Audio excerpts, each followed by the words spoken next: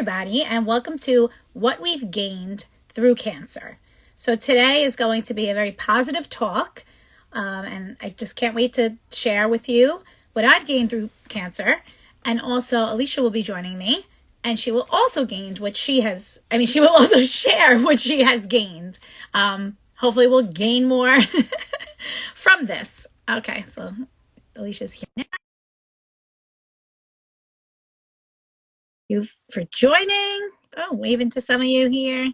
Did I press this correctly? Let's see. Okay, invite. Okay. Hi. Hi. How you doing? How are you?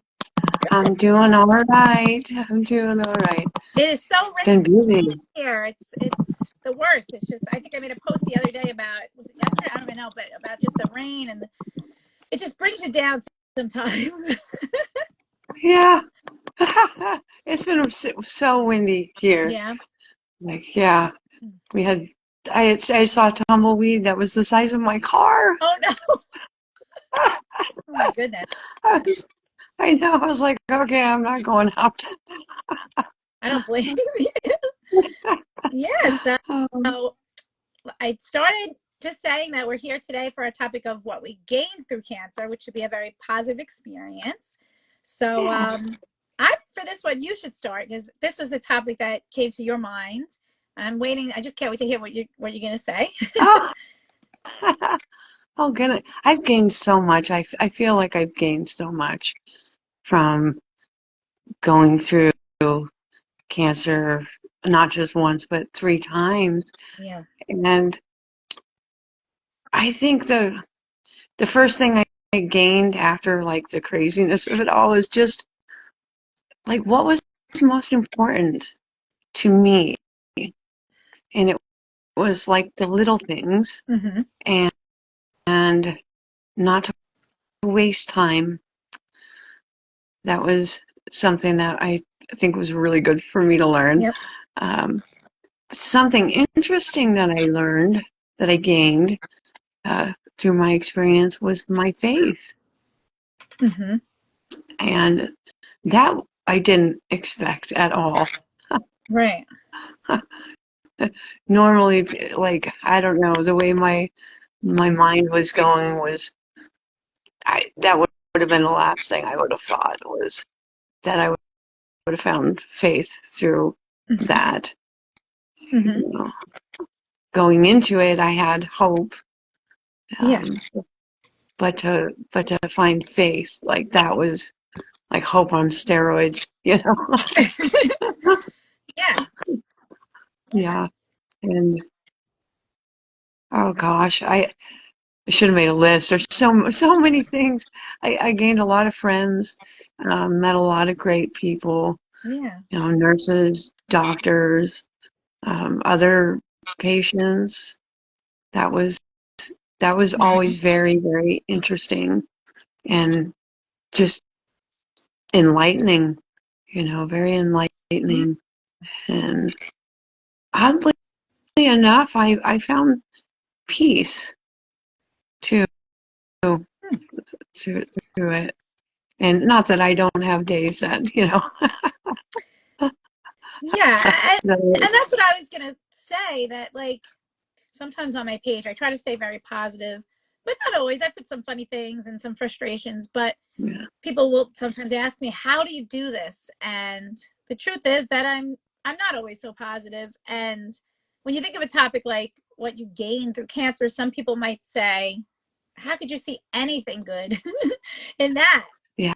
But I was thinking about this before we started talking, like, it is so life changing, life altering, and it could be to any degree, but it's life altering for everyone that goes through it, and it's life altering for your loved ones as well. And I just feel like it changes you and your life in so many ways, that at least one of those ways has to be good, or it has to lead you, even if you don't see it right away, it has to lead you that eventually you get to a point where it's like, wow, that wouldn't have happened. Even if it's just meeting one person that you love, it's like, that wouldn't have happened if this didn't happen. And that's life, obviously. Like, when something bad happens, it could lead to something good. But I think that's how I'm thinking of it. Yeah, that's a great way of just breaking it down, just simply because it's so easy to go down that uh, road, Hmm. of self-pity, or even just like the truth of your situation, like, oh, this sucks right now. Um, but to just be able to gain something positive. I think through all of our experiences in life, we should be able to gain something positive, Hmm. and at least that's my hope for myself and for anybody that's Yeah. going through anything, let alone something as life changing as cancer. Yeah, Yeah. I was thinking about, because there's so many directions we could take this, but yeah, if you don't mind, I'll share one of my stories. And it relates to just what did I gain? Well, I gained, like you said, all these people, whether they be the doctors, the nurses, this community, you, right? We've connected, and I have someone to talk to about it that really understands. And when it first happened, right away, I started thinking, like, how can I give back? I think we might have mentioned this once before, but I just felt like, what could I do? And I'm actually wearing a shirt. I'm like, this is going to be appropriate. I'm wearing a shirt from the Leukemia and Lymphoma Society, LLS. I'm very, very involved. It's going to be our 10th year walking. I'm doing a show. I posted that today too. But locally, I'm doing that. But, by joining that and walking, I know like I'm also like supporting others that are going through this. So time went on. And in 2021, I remember my sister texted me in the night and was like, you're not going to believe this. Mark Hoppus, who's the bass player from Blink 182, was just diagnosed with the same exact type of lymphoma as you. So now I had already been in remission for years, because I had cancer in 2015. And something inside me was like, I need to reach him. I don't know. I just had this, like, I'm like, I love music. I've been to a Blink 182 concert before. I have to tell him it's going to be okay. I mean, maybe this is crazy. I don't know. But I'm like, I want to do something for him. Um, and I don't know what to do. So I had a friend from the hospital, and it was so funny. We were kind of like set up by our doctor. I was just finishing treatment, and he was just starting, but we were both teachers. We were both the same kind of personality of like asking a million questions, nervous about it. And my doctor was like, would you mind emailing Alex? And she told me, and I was like, not at all. And we ended up like becoming pen pals sort of. And it helped me because like it was like therapy. Like, oh yeah, I went through that. And I was kind of processing everything I went through while I told him what was going to happen. So cut to 2021. And then like as the years passed, we ended up meeting in person. Our families love each other. It's really nice. But 2021, I knew he liked music also. And it's like middle of COVID. And I go, you know what? We need to do something. Why don't we make, and I never thought he was going to be into this because he likes totally different kind of music and everything. I'm like, why don't we make a video? I'm like, we'll pick a Blink 182 song. You could play guitar from your own house now, and then you send me that video. I'll play that video. I'll sing along with that, and maybe we could get like some survivors. I'm like thinking, and the video's on my page. It used to be pinned. I think it's just like in my highlights under music videos or something. But we made it. I reached out online, like anybody, have this type of cancer, and we got a bunch of people. We made the video. We're like, you're gonna be okay. It was very personal to like his situation. Um, and he saw it. Like I put it out there and enough people tagged him. He saw the video, and it was such a good feeling because he was like, wow, like he was so emotional from it, and he posted about it, and he's spoken about it before in different magazines, and I've seen quotes about it. And I know he was having a really, really tough time because he's also been very open about that. He goes on Twitch and does all these kinds of things. So he's very open. But to know like I could reach someone and give them hope, it was the best feeling. And that really sparked all of this. Like I was always on Facebook, but not really Instagram. And from that, I got some followers from the video, but it was more about like Blink 182, like his fan base. But I'm like, and I used to post I tried different things, and I'm like, I really want to inspire more people. And that feeling was just wonderful. So then I started talking more about myself and when I went through, and little by little, like I'm building, and I think I'm just thankful for that. I mean, to be able to help others in some way. that's awesome. That is so awesome. Yeah, It's kind of crazy. Yeah. Like, I'd still love I'm to meet him, or I always think about it. Maybe it will happen someday. Who knows? yeah. I've been back. I've been to his concert. The Blink-182 concert. I went in the city last year, but couldn't get close enough to meet or talk or anything like that. But you never know where life will take you. But I was also thinking we were both you and I are former teachers, and like we reach so many people that way. Yeah. So this is just another way to reach people, I think. Yeah. I think we both have that just, and maybe it's the teacher in us because I tend to have this positive effect on people when I share my experience. They're Yeah. just like, wow. And maybe it's the fact that we're so willing to share it with someone who genuinely wants to hear or know, or, Yeah. for curiosity, or because they care about us, or Hmm. because they're Hmm. going through something similar. Like, because, when I know when I was going through mine, there was always someone that was there spontaneously that inspired me. Hmm. And any chance that I can have to do that for someone else is just phenomenally awesome. So, yeah. Yeah. It's like the giving back because Yeah.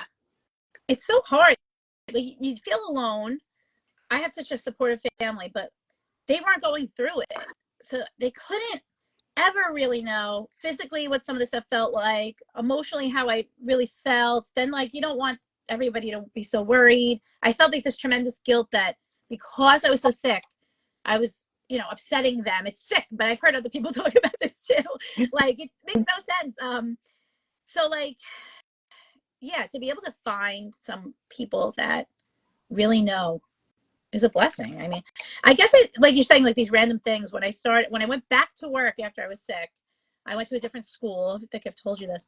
And the assistant principal there, I didn't know him, had also had lymphoma. It was a different subtype, but it was so crazy. And he had it twice, and he's in remission now also. But I remember that the first time we met, and we sat down and we were saying like nobody really knows but we know, and it was so comforting, like coming off of that and being nervous about going back to work, to have him there. And he was like direct, like assistant principal for a math. It was like crazy, but Yeah. yeah, wow. I was like, that seems meant to be, like not only a cancer survivor but like lymphoma survivor. That's really weird. Yeah. Yeah. I mean, I remember my son's teacher, one of his teachers, when he was very Mhm. young.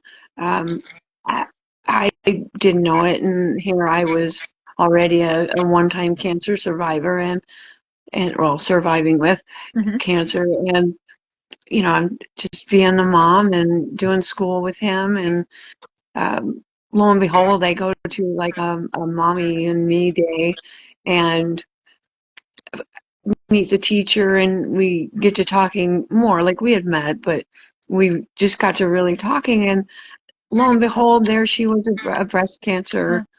survivor, only a couple years out. And it was, like you said, it was so neat to meet someone else. And like, there really weren't words said, which was odd, I guess, Mhm. to some people. Like, we didn't have to Uh-huh. really say a whole lot Mhm. to know that we both understood something, like you said, that no one else, unless they'd gone through it or something similar, would understand. Mhm. You know? Yeah. Yeah. Finding my faith was really interesting. Yeah. Oh, tell us more about that. Yeah. Yeah.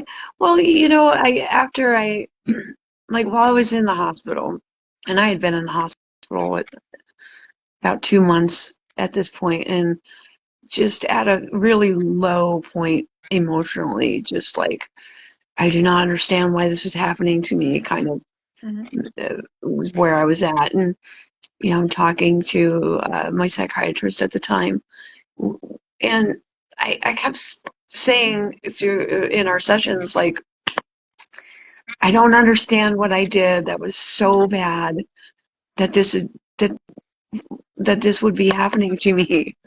Like, that was like a genuine thing. Like, I was like, am I being punished? Is the universe, is God, is Yeah. like what is going on here? What did I do? Hmm.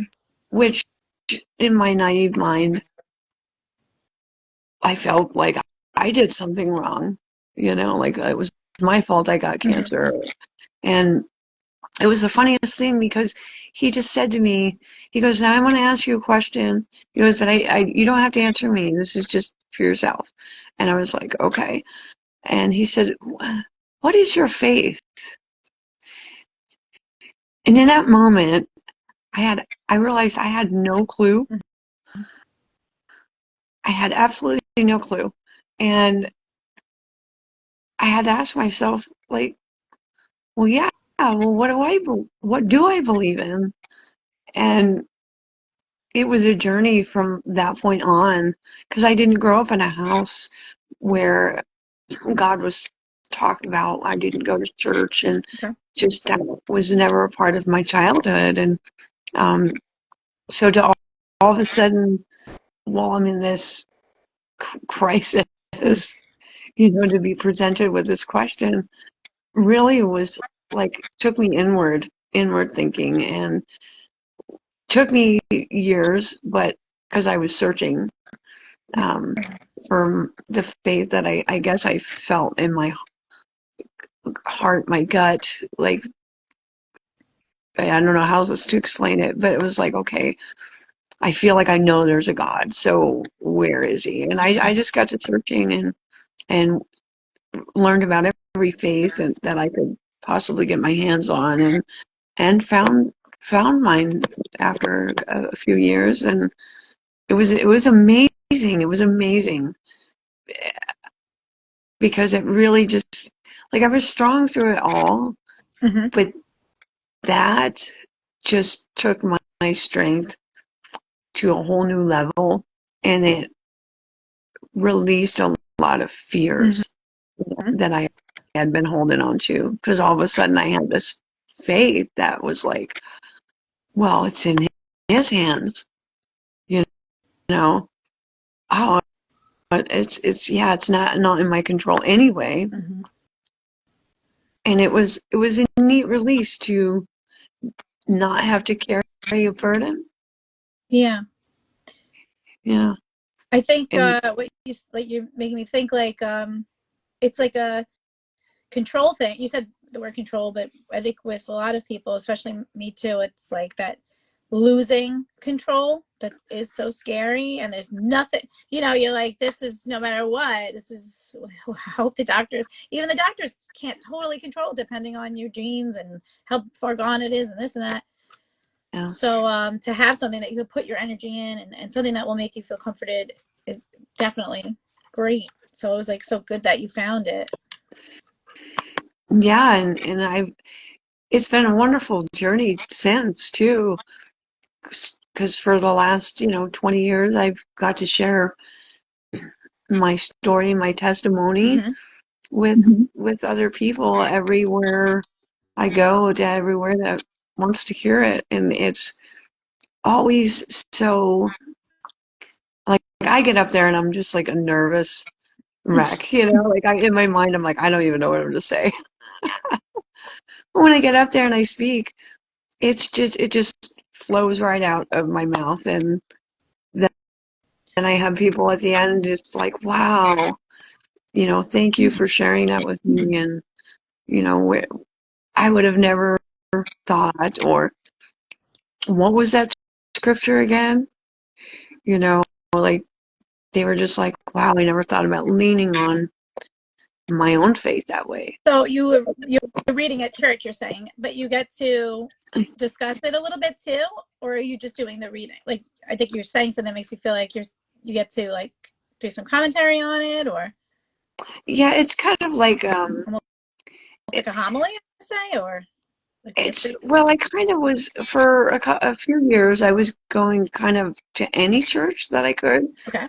um, and as a speaker, just to share my testimony on how like my faith, how I gained my faith in my cancer journey, and just how God is just how he's worked in my life Mm-hmm. since then, and just the amazing things he's done, and the just amazing things I've learned too and experienced along the way. And I got one of them I was invited to, which was really cool. But it was kind of like being a speaker at a like a TED talk or something. Yeah, Just, sounds like it. Yeah. yeah, so it was. I think the last one I did was probably about maybe a half an hour long, and it was really great, um, because I had a lot of just like here's some things, like here are some scriptures that I use to stand on. These are scriptures that I remind myself of, when I'm feeling down, or maybe I'm feeling sorry for myself, or maybe I'm just having a rough day, Yeah. or maybe I just need to remember the hope I have in God, Mm-hmm. and that he's got me no matter what comes my way, no matter the outcome, he's got me, you know, and to share that with others, I found is really interesting because they're always so thankful for the reminder. Mm-hmm. Yeah. I think I told you this, but I might as well say it here too, that like when I was first diagnosed, a friend gave me a book and it was like, it was about God and there were some quotes and things.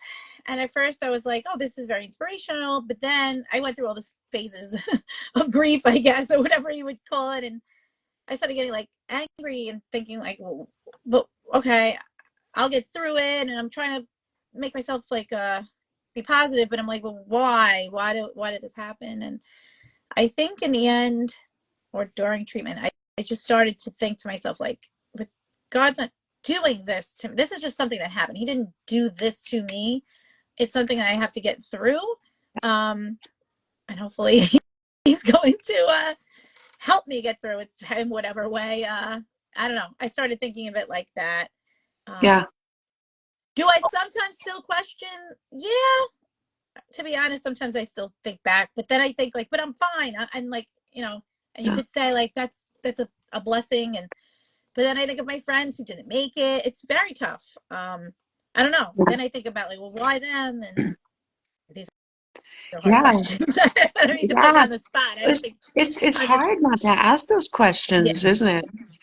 I and you can be someone with faith that's as big as a mountain. You're still gonna have questions. There's doubts, and I think that's one of the reasons I love the character Doubting Thomas. Mm-hmm. Yeah. Like, I just I just love that there's this. He's so human. Well, of course he's human, but it's just like it shows that imperfection, that's okay, and that's always comforting. Yeah. I think it's good to question your faith, and that makes it more solid. I remember growing up though when we had like religion school, they would like I don't know. It's so funny because I bring it up in my family now. They're like, they said that, but like, I remember some teacher or another saying like, don't doubt. Like, faith is believing. But I think faith is believing after you really think about it for yourself. Then you would truly. I think that's the whole point in the Catholic religion, at least about confirmation, that you're confirming like this is the religion that I want to be, and it means more than just blindly following. Yeah, no, I absolutely agree with you, because it's easy to get sucked into and not the right one for you. If you're just so blindly ready to have that blind faith in Yeah. anything, like, yeah. And I live in Utah, so um I won't even go. I won't even go. I won't even go there. Um, but there's so many faiths out there, and everyone is different, and that's Mm-hmm. that's great. Exactly. I think everyone should I think having a faith is absolutely awesome, and I would hope that everyone would find their faith, because there's something we gain from that I've not gained from anything else. Mm-hmm. Like, yeah, and it is you do. It's okay to ask questions. I think we should. Like I love the story in the Bible, when the Apostle Paul was going around after after his road to Damascus experience. He was going around from city to city, spreading the gospel, Mm-hmm. and he came across the Bereans, which were a group of people, and he told them, hey, Christ has come. And they didn't just believe him. Mm-hmm. They were like, they listened, then they thought about it.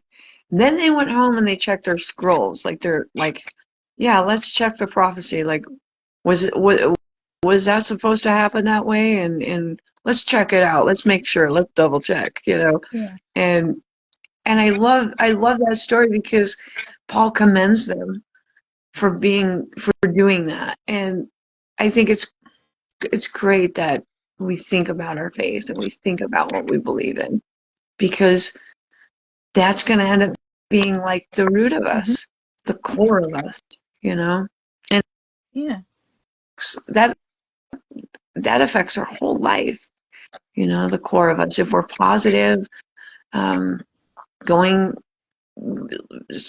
per se into a surgery, our outcome is way better than if we go into it freaking out or scared or with a not a good attitude. Like, we just fare better, if we can maintain that positivity, which is not always easy. I know. You know. I know. I think that story that you just said was like perfect for for what I was saying. Like, just questioning and making a decision for yourself means more. Um, I'm just sitting here thinking like of more things that I've gained. It's tough. Like I said, I don't want it to sound like, oh, it's so great I got cancer because this and this. Right. It's not like that at all. It's just Yeah. it's a cause and an effect. And for me, it's very blurred. I was thinking about this before too, that I had my daughter at the same time. So some of it might not even be because of the cancer. It might be more because of motherhood. So one thing would be, now I loved teaching. It's very complicated to explain this to people. Like, some of my former students are like, "You're not teaching? Why? Didn't you love us?" I'm like, I did. Yeah. But I put my whole heart into it, and I wasn't a mom yet. So then I got cancer. Also, I wonder if I just became a mom. My plan was like, I'll stay home for a little bit, and then I'll go back, and then maybe I'll have another one. Your days, you got to save up and all this. Um, Mm. but after going through the cancer, I'm like, well, what am I doing? I want to be with my daughter.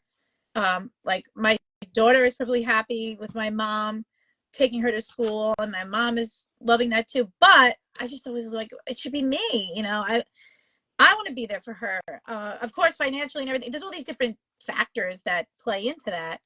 But I think it's tough to know if I would have done it anyway. But I think because of the cancer, and then I've also said because of COVID and all these different factors, it's like a wake up call, and I'm like, I need to do something else. And I'm now doing marketing.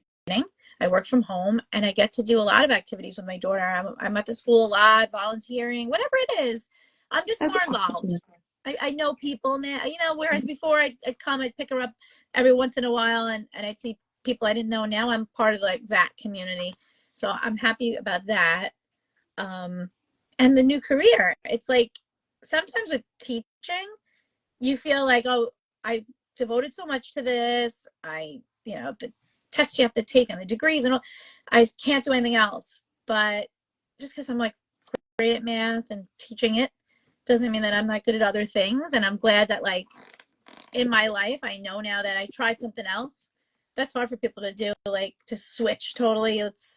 People say I'm crazy still. Like, how could you give that up? And what about your pension and this and that, but I had so many years in that I'm still gonna have benefits from that. And I don't know about literal. I don't even know. I gotta look into all of it. But I worked, so I was vested and whatever. I got to do something else, which I think is something that I gained through this whole experience of like having cancer as a new mom. I agree with you. I gained that as well. Um, because of the type of cancer I have, I was told, like, look, you probably shouldn't be a teacher anymore. And that was really hard for me because, like you, I absolutely loved it, put my all into it. Um, it really was just like, I don't know, like I just loved it. I don't know how else to explain it other Yeah. than it was such a passion of mine. And um, but once I accepted the fact that, okay, can't do that anymore, it was like, well, everything was kind of up in the air for a while, and I thought, you know what, I guess that's okay. I get to spend time with my son. I didn't know I was still going to be around 20 years later, Mm-hmm. and so I was like, yeah, I'm going to spend as much time with him as I can. And then as he started to grow older and I started to grow older, it was like, hey, wow, this is great. And I got to be so involved in everything at his school and band and after school activities and clubs, It's and awesome. just able to be there. Like a lot of moms are just because they have to work, they just can't. And I I remember he would come home from school and I would say to him a couple times, he would make comments about his friends, like something about his friend's home or parents or whatnot. And I said, well, you're very fortunate that you have a mom that gets to stay home, and it is able to go and is here all the time. Mm-hmm. And that was definitely a blessing because I didn't miss out on a lot of things that I would have missed out on if I would have been working. Right. And I kind of only see that in hindsight. Mm-hmm. Yeah. But I wouldn't want it. I'm glad I wouldn't have wanted to miss those. So I'm glad that it all worked out the way it did. You know. It's so funny how it all. And then you think to yourself, like, what would it have been like? I think that a lot. What would my Oh life yeah, have been like otherwise? If this didn't yeah. happen. And it's like I think the other biggest thing, one of the biggest things I learned was acceptance. Like Mm-hmm. just acceptance of and not reality per se, but like just life's gonna throw you some hard balls sometimes, Mm-hmm. and sometimes it's gonna hurt, and sometimes you only are gonna bounce back a little bit, but that's Mm-hmm. okay. If you're still kicking and you're still breathing, it's okay. Like because there were some times that I couldn't do nothing. Like I still battle with anemia and and health issues, and there are some times where I just kind of can't do nothing, and I had to learn to be okay with that. And acceptance was a huge thing with that, and it didn't just help me there; it helped me in a lot of aspects of my life too. So, like some of the things that I learned that I gained through cancer just kind of helped me in other areas of my life as well that I would have never thought. Hmm. You know. I'm thinking that, like, you're saying, like, acceptance, but I'm thinking of how I probably learned to accept more help because I had to. Yeah. But I think Yeah. it's funny, like, don't we then sometimes go back to the way we were? I can't say, Yeah. I'm totally changed. You have like certain traits that you're born with. I think like certain personality traits that you kind of go back to. But yeah, when I was sick, I needed everyone to help me do everything, and that was just like so hard for me. Yeah. But now I've learned like I still like to do things for myself, but it's like, okay, I know it's okay though if I need to ask for help, or if I can't, I could admit if I can't do something on my own more than I Yeah. could before, I think. Same. I was very independent, very headstrong. It was like I kind of had that mentality of I can do it. Let me do it. I'll do it. And I was very good at everything I did. And so it was like most of the time I would just get frustrated watching somebody try to do something. It's just like, here, move over, let me do it. Yes. And it was like it was hard, like you said, to ask for help. It was like, oh, there's just an unhumble part of me Yeah, that just was like, I don't want to ask for help. it's true. Yeah. And it was a humbling. It's very humbling, and for sure. But I think being humbled like that can be very healthy, depending on, as long as you don't take it too hard, like it's okay to be humble and appreciate the little things. Yeah, of course. Um, Another thing I'm thinking of, this is kind of negative though, but it's okay. Something I've gained is like the ability to set boundaries for myself more. Yeah, I think I lost more patience. But no, I'm the type of person that's always like worried what everybody's thinking. So I let go of that. It could also, there's so many factors. Sometimes I'm like, I'm just getting older. Maybe that's part of it. Like you don't care as much as you age. But if someone, just as simple as like plans and I'm just not feeling up to it, or just I don't have a good reason, but I just don't want to do it, I'll be more honest about it. Oh, could we reschedule? I'm not going to force myself to do things I don't really want to do yeah, because I don't have the patience for it. And people, yeah, it's again, this is negative, but people who aren't as accepting or who were judgmental, especially during my treatment, I try to not associate with them as much as possible because I just don't need that in my life, negativity. So I'm like, let me surround myself with people that love me and are not judging me, because I don't have the patience. I know that's kind of like yeah.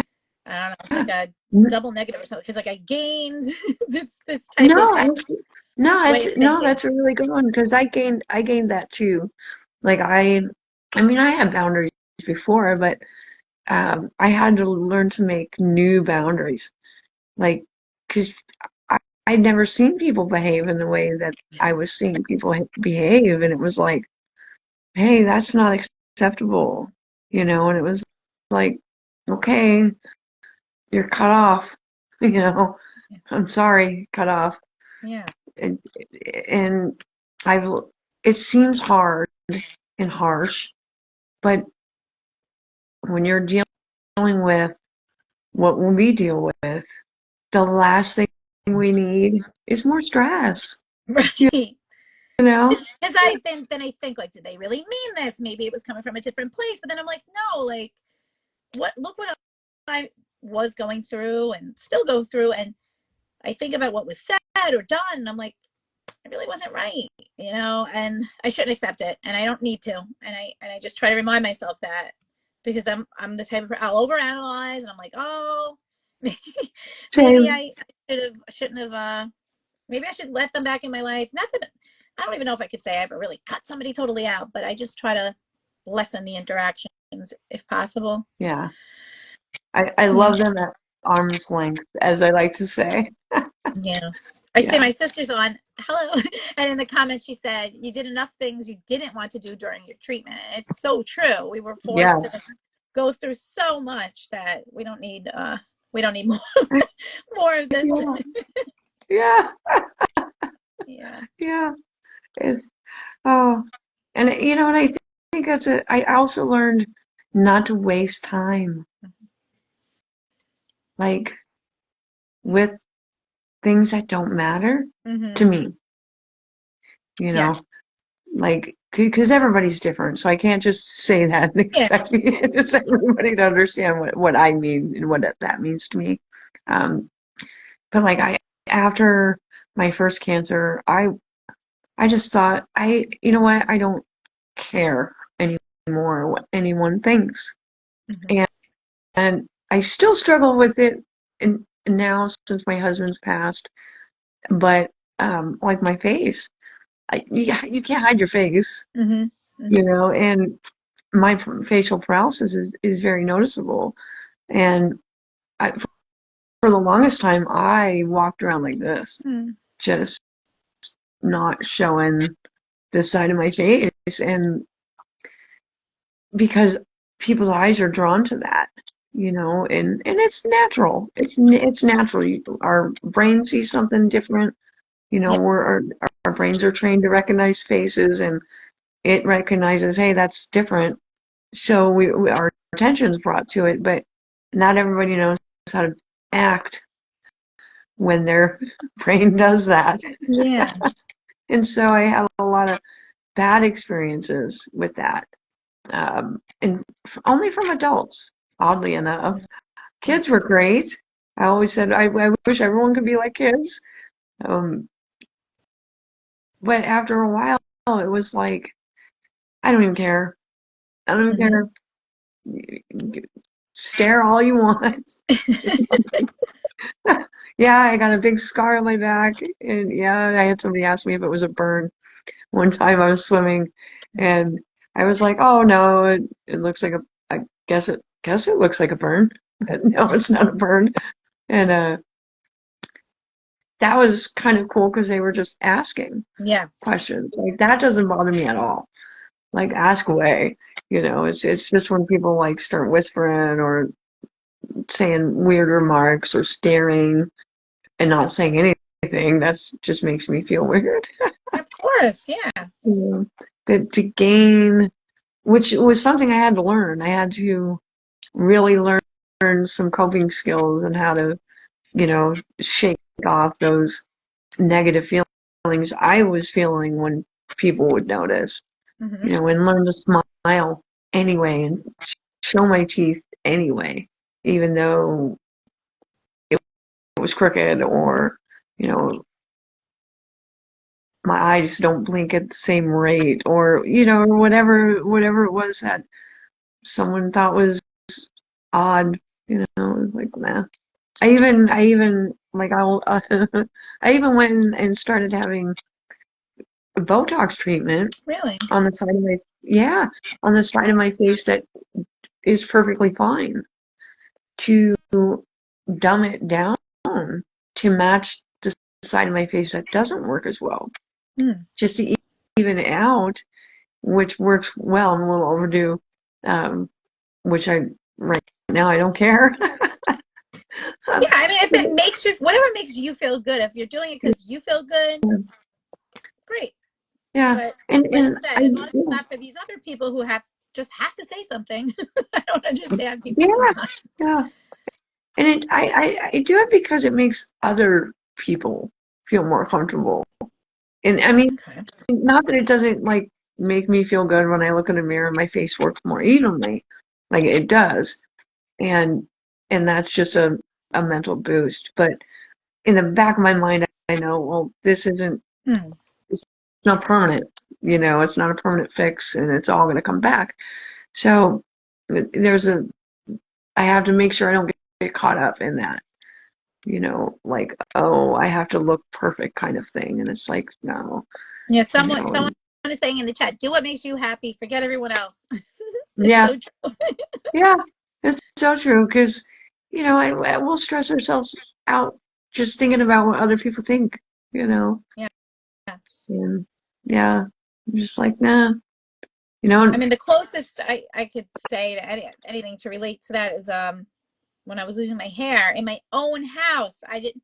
My family was like, "Who cares? We don't care." I don't know why. Like you're saying, for others, it's just a weird way of thinking. Like I didn't want them to see me like that, so I kept wearing my hat. I mean, I wore my hat also because it kept me more warm, and like I just felt more comfortable that way. And it's not like I was constantly looking in the mirror. It's just that like I knew that they didn't have to look at my bald head. I guess it's kind of like weird, twisted thinking, but I wanted things to be normal. Maybe that's what it comes down to. I just wanted to go back to how it Yeah. was. Like maybe if I just wear this hat, it'll be like it's not happening. It's probably something like that. Um, but then that summer, I just was like, enough already. I never really wore the wig. I was like, I'm hot. This is uncomfortable. And then I just Yeah. went for it with my really shaved head, and it was fine. But I know what you mean. Like you just kind of thinking about what the other people are thinking. Yeah. Well, it was really hard for me at first because when before my nerves started working on the right side of my face, I remember, and there I was shaved head, no hair to hide anything from myself, my own self. And I literally got to a point where I took down all the mirrors that were, except for the bathroom medicine cabinet. I couldn't take that off the wall. But Yeah. I, I literally took down all the mirrors in my house. I was like, I don't recognize the person staring back at me. Mm-hmm. Like I had so like,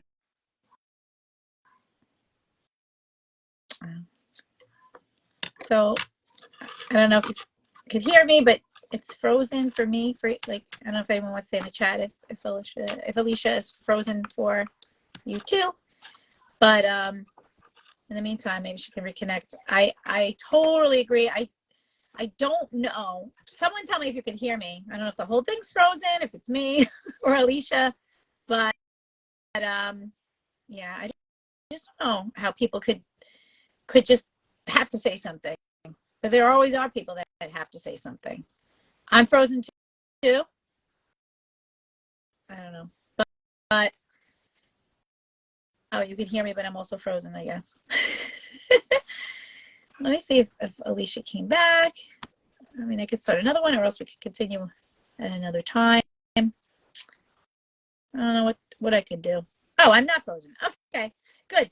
I'll wait and see if she comes back. But I guess that's what it's like in life. There's always going to be someone negative. There's always going to be someone that has to say something.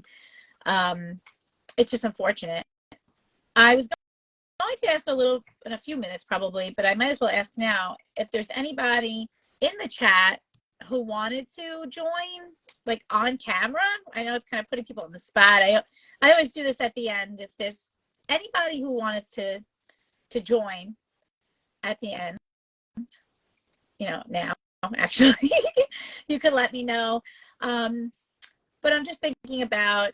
I was also going to share another thing that I gained through cancer. I said it before, but tons of friends. So when I was in the hospital on that very first night, I was put in a room and I had a roommate, and my mom was there, and she started talking to them like, stop, I don't want to talk to anybody. I remember saying that. And some people might be surprised and say, like, you're such a friendly person. But in certain situations, especially like when I'm uncomfortable and going through cancer, I just did not want to talk to anybody. But that totally changed as time went on. I went through so many different roommates, met so many people in the hospital. And even during just like follow-up treatments in between, and gaining all of those friendships just meant so much to me. And I remember thinking, I was like, I never even went away to college, but yet somehow I have a roommate. It was just so surreal, and I can't even believe still that I did that. But I mean, I met the best people, and unfortunately some of them have passed away. I'm gonna get upset if I talk about it too much, but I'm gonna mention just a couple of them. One was a girl named Paola, and she spoke English but not very well, and it was just so funny. So I spoke some Spanish from high school and junior high school, whatever I learned, but we wanted to communicate. We're roommates going through this together, and we used to use our phones and translate and talk back and forth that way. And it's something I'll never forget. And then another roommate, unfortunately, also passed away, named Leslie. She was like right around my age. We had different cancers. That was the thing. It was different cancers. It wasn't always like everybody on this floor has lymphoma. So I learned, I mean, I guess you could say it's something I gained, is I learned about other types of cancer. And Leslie, I would say she was the most similar to me out of all my roommates. And we just talk about life and TV and movies and foods we liked and anything really. So it was like kind of luck of the draw about who was going to be your roommate at the time. Aliesha's back, so let me get her back on. And I'd like hope for certain ones, but it was all about timing and when you were going to have treatment and who was going to end up being there. But like, wow, the memories I made during that were just, now you missed what I said, but I'll just catch up.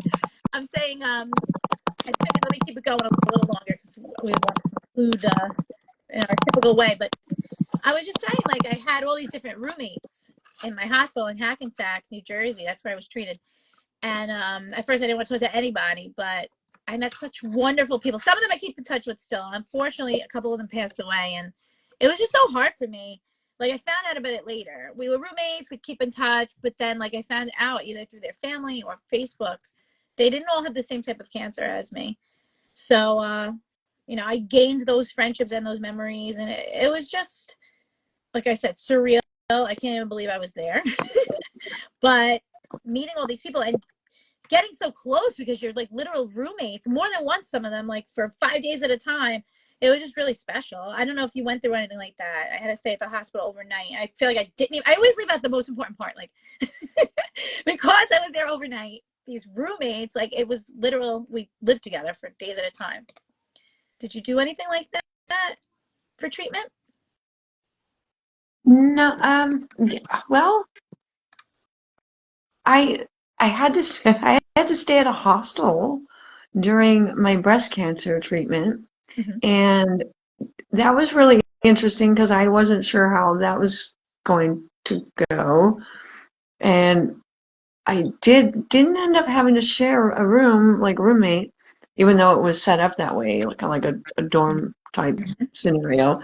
Um, I ended up meeting such wonderful people that I ended up staying friends with still to this day, and Yeah. it was just amazing. Like I kind of kept to myself, not expecting to make friends or really. I was focused on Yeah. treatment and getting things done, and yeah, so to meet people was really awesome. And I remember sitting down for dinner in the common area, and we were all talking about why we were there, Mm-hmm. and I hadn't said anything, and everybody had said why they were there, and everybody's kind of looking at me like, well, why are you Yeah. here? And I'm like, I'm going through breast cancer treatment, and everyone was like, what? Really? So they I'm like, weren't all yeah. cancer Yeah, patients. Okay.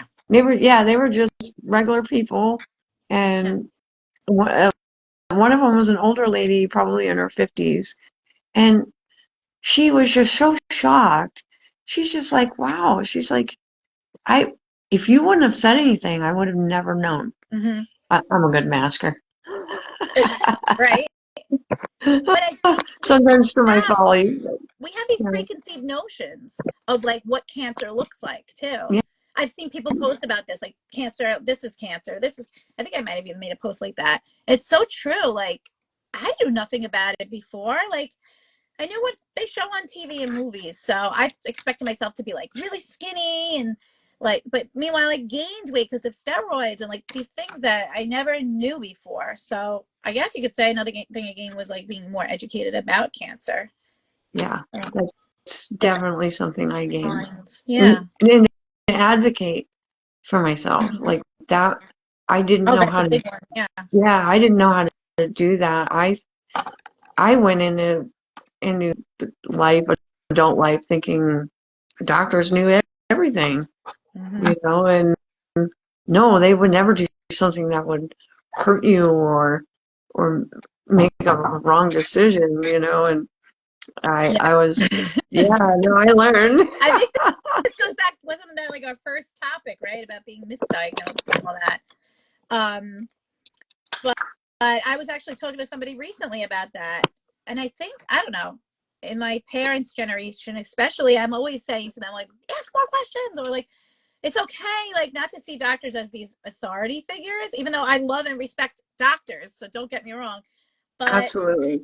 it's okay. Like when I ask my oncologist questions, she's totally open to. She's like, "Sure, ask away." I mean, she'll laugh because sometimes, like during treatment, it would be annoying after. It's like it's gonna be fine. Like I ask for all this reassurance, but she'd answer them. And I think she respected that I cared enough about my own body and what they were doing to me, and I wanted to understand it.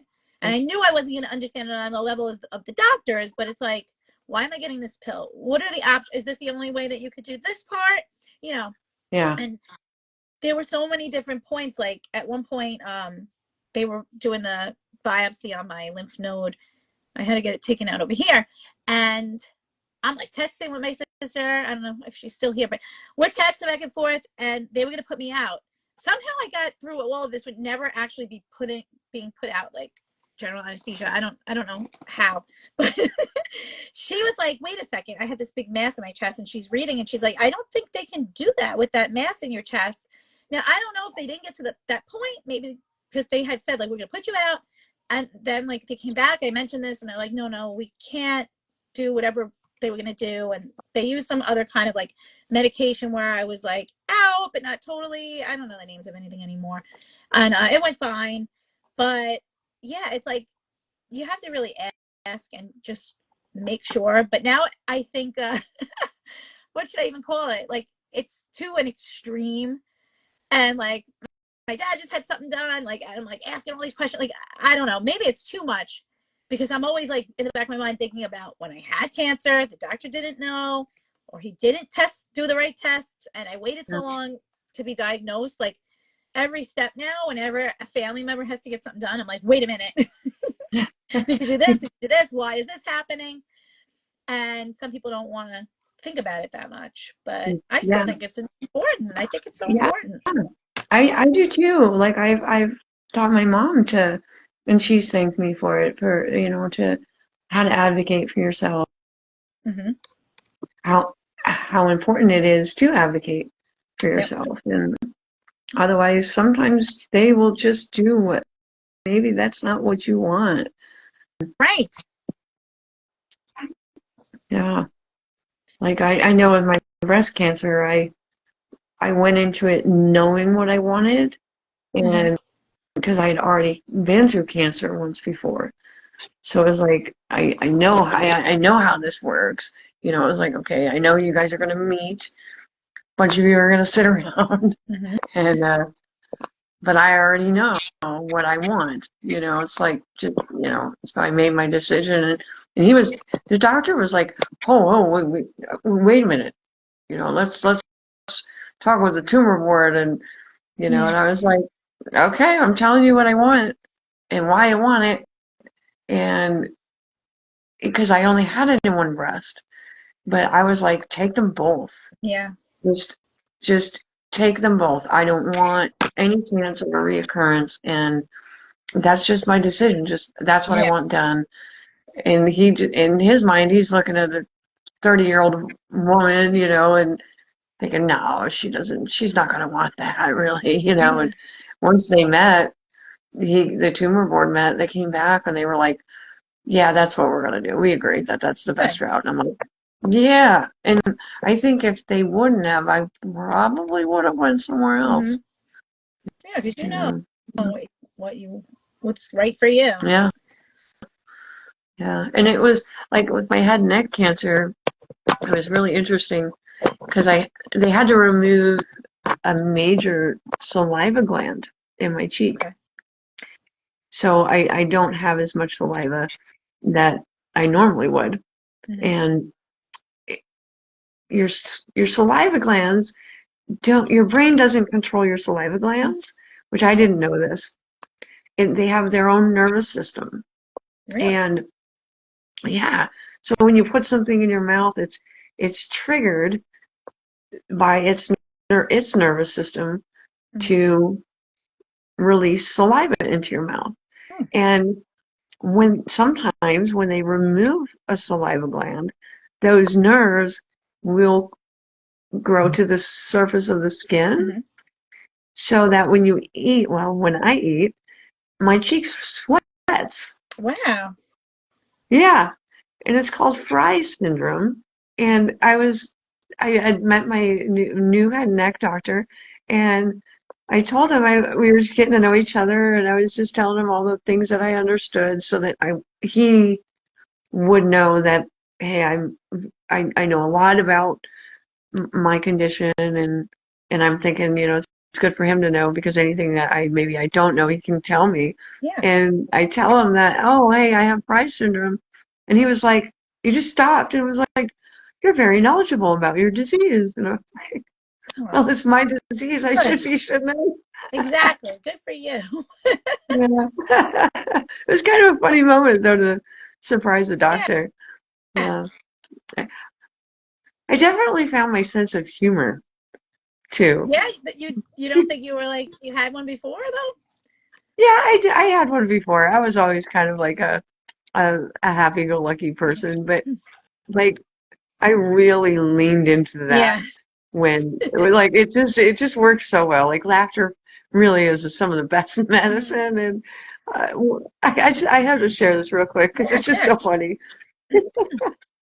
So I have my 15-hour microscopic surgery, and uh, it's like my head's wrapped like a Q-tip. Like literally, all you can see is like my face, and like all the way down to my neck is all wrapped. My whole head's and I'm in a university hospital, and the doctors come in and like a day or two, maybe three after my surgery, and they came in to change my dressings and that morning, and one of the doctors was this great big tall Korean man.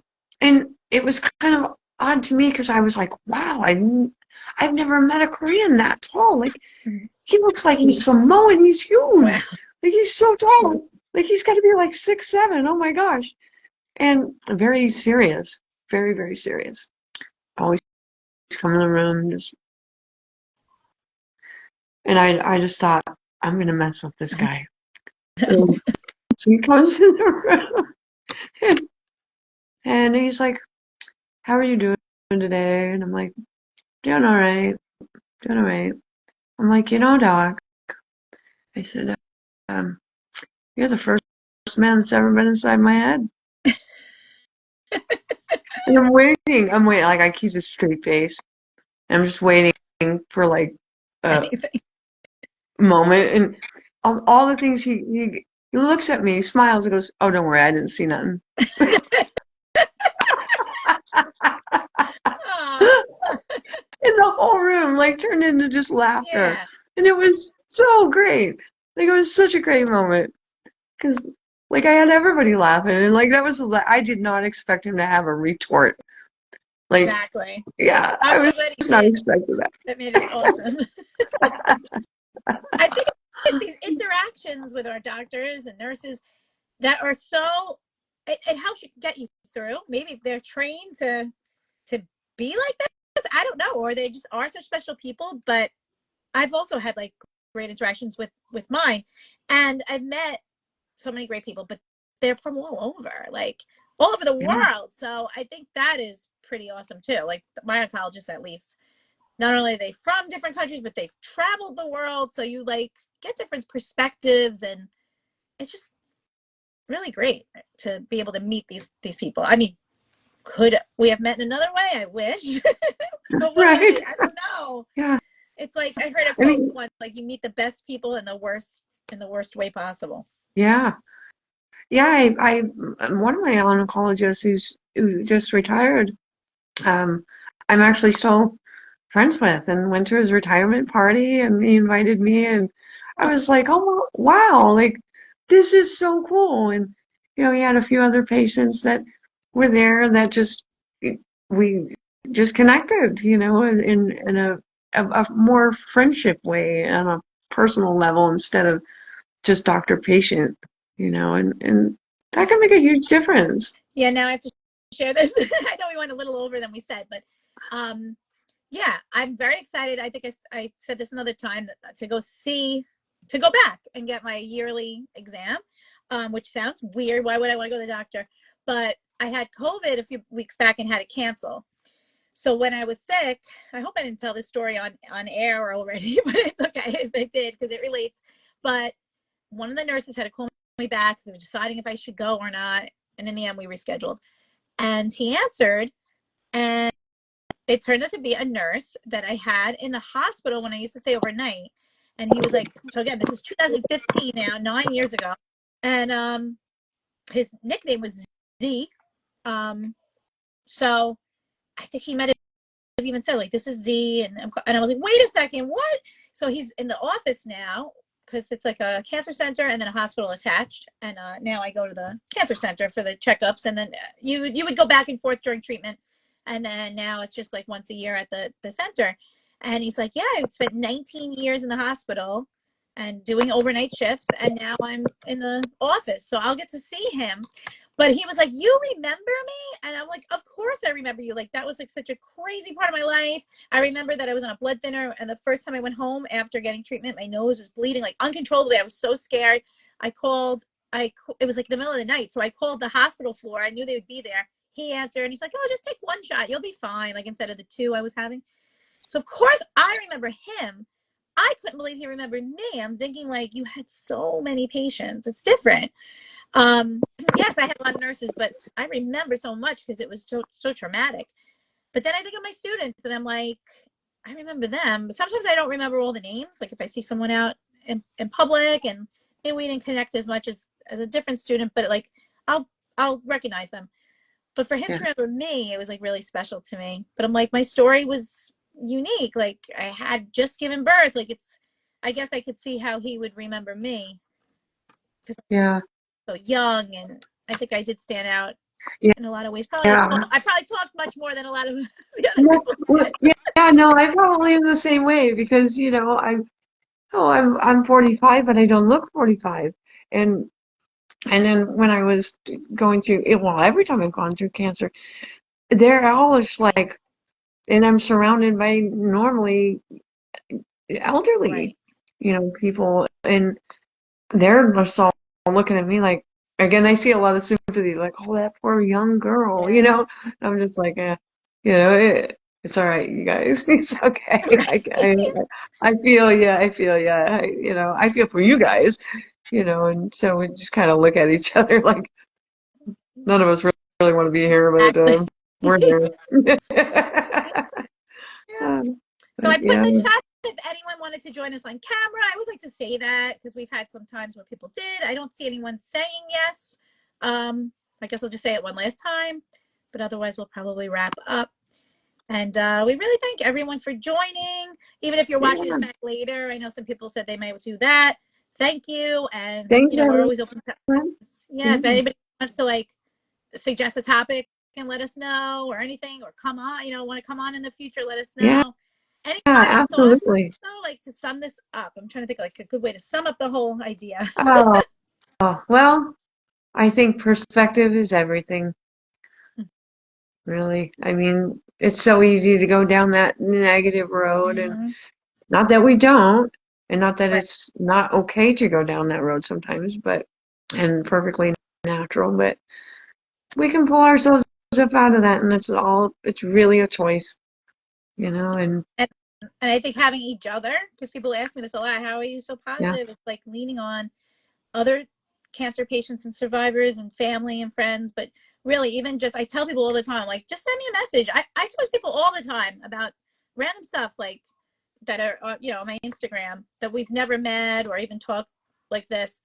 And it's good. It even helps me still, believe it or not. It's been so many years, but just to like know that I'm helping someone, or maybe I'm like resolving some things in my own head of like when I went through it, like just talking about it helps. So just keep looking for those people, even if it's like in an online community. It's so helpful. yeah, yeah, I agree. Absolutely. It's been fun. It What a was. pleasure. I I'm can't wait glad to it's do it again. another one. Exactly. Yeah. Good to Yeah, see you. we'll get more to join. Yeah, have a good night. All right. Talk to you later. Bye, everybody. Bye, everyone.